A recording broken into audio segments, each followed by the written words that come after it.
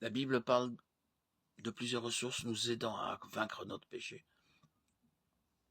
Pendant cette vie, nous ne vaincrons jamais entièrement le péché. 1 Jean 1,8.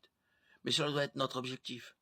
Avec l'aide de Dieu et en appliquant les principes de sa parole, nous pouvons vaincre le péché petit à petit pour devenir de plus en plus semblables à Christ.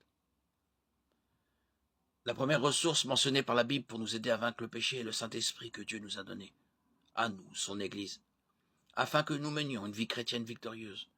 Dieu met en opposition les œuvres de la chair aux fruits de l'esprit en Galates 5, 16, 25.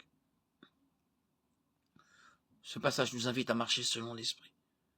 Tous les croyants ont déjà le Saint-Esprit, mais ce passage nous appelle à marcher en lui et à nous laisser conduire par lui. Cela implique de toujours le laisser diriger nos vies plutôt que de suivre les désirs de la chair. On voit la différence que le Saint-Esprit peut faire à travers la vie menée par Pierre, qui avant de l'avoir reçu a renié Jésus 3 fois.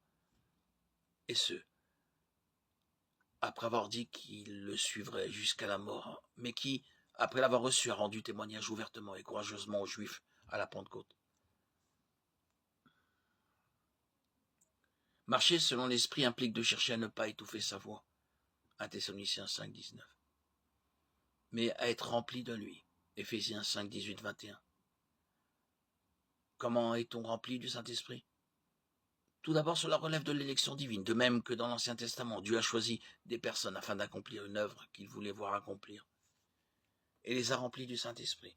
Genèse 41, 38, Exode 31, 3, Nombre 24, 2, 1 Samuel 10, 10. Colossiens 3, 16 démontre que Dieu choisit de remplir de son esprit ceux qui se remplissent de sa parole.